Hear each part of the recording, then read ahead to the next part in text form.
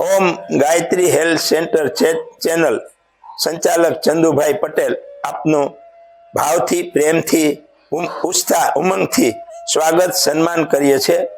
આજે આપણે ઈશ્વરી કૃપાથી આપણને આવું સરસ મજાનું શરીર મળ્યું છે અને શરીરને નિરોગી સ્વસ્થ રાખવા માટે આપણે યોગ આસન ધ્યાન કસરત કરવા જોઈએ। તો અહીંયા એક કસરતની જે વાત છે, દસે દિશાઓમાં આપણે ભાવથી એને નમસ્કાર વંદન કરતા હોય અને કસરત સીધી સરળ કસરતની સાથે અમે દસે દિશાઓનું ભાવથી નમસ્કાર વંદન કરીએ છીએ। એ ભાવ સાથે અમે અહીંયા જે આપણી 10 દિશાઓ છે એ 10 દિશાઓને નમસ્કાર વંદન કરીએ છીએ। એની સાથે ઈશ્વરી ચેતના જોડાયેલી છે એ અમે સમજાવવાનો પ્રયાસ કરશું।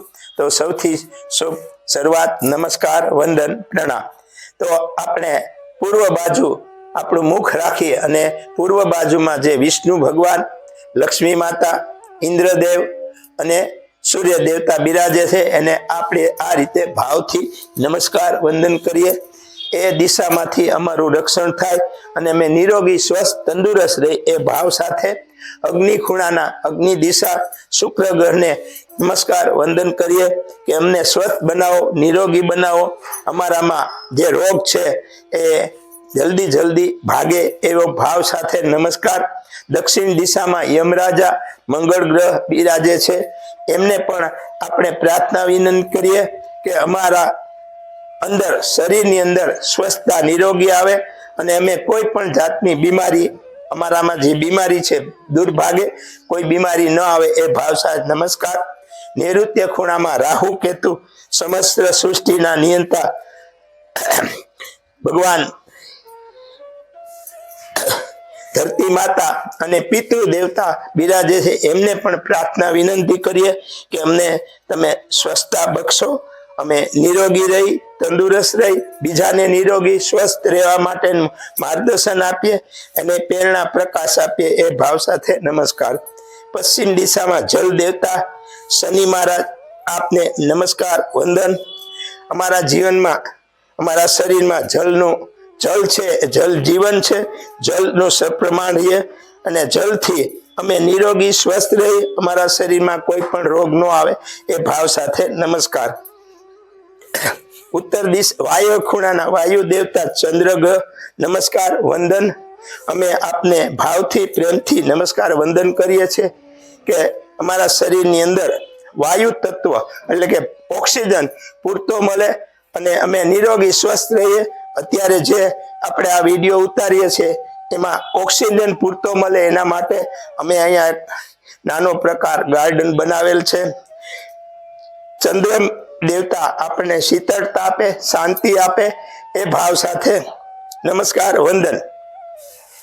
ઉત્તર દિશાના દેવતા બુધ ગ્રહ, કુબેર, લક્ષ્મી માતા, વિષ્ણુ ભગવાનને પણ નમસ્કાર વંદન કરીએ કે અમને તમે લક્ષ્મી આપો, સુખ આપો, શાંતિ આપો, નિરોગીતા આપો અને અમે રોગ મુક્ત રહીએ, અમારા જીવનમાં બીજાને ઉપયોગી થાય એવી માર્ગદર્શન આપીએ એ ભાવ સાથે ઈશાન ખૂણાના દેવોના દેવ મહાદેવ ભગવાન, ગુરુ ગ્રહ, કાલ ભૈરવ, બટુક ભૈરવ, અમે આપને પણ સાક્ષાત દંડવત પ્રણામ કરીએ છીએ।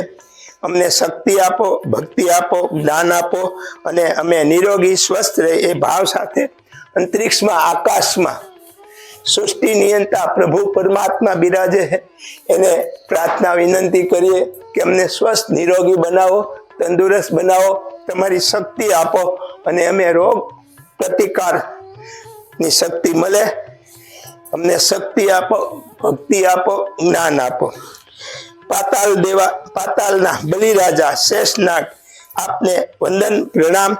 આપ જેમ આખી સૃષ્ટિનો ભાર સહન કરો છો એમાં અમને દુઃખ, દર્દ, તકલીફ કરવાની સહનશીલતા આપો અને અમે નિરોગી બનીએ અને બલિરાજા તમારા જેવા અમે દાનવીર બનીએ, શક્તિશાળી બનીએ, શ્રેષ્ઠ બનીએ એવી ભાવ સાથે આપણે આ 10 દિશાઓને વંદન પ્રણામ કર્યા।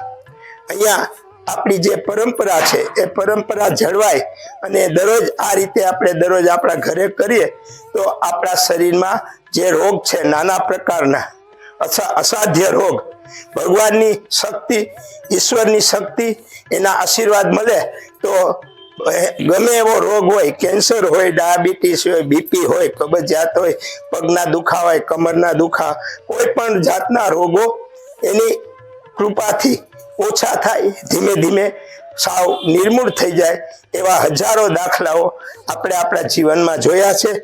ભક્તિ, શક્તિ અને જ્ઞાન, ઈશ્વરની પ્રાર્થના, પૂજાથી આપણે નિરોગી, સ્વસ્થ, તંદુરસ્ત બનીએ એ ભાવ સાથે આ ચેનલને લાઈક કરજો, શેર કરજો, આપના મિત્રોને આંગળી ચિંધાનું પૂર્ણ લેજો. ફરીથી આપ બધાને નમસ્કાર, વંદન, શ્રેષ્ઠ કાર્ય કરતા રહીએ. આપ પણ જીવનમાં નિરોગી રહ્યો, સ્વસ્થ રહ્યો, તંદુરસ્ત રહ્યો એવી શુભકામના, મંગલ કામના અસ્તુ.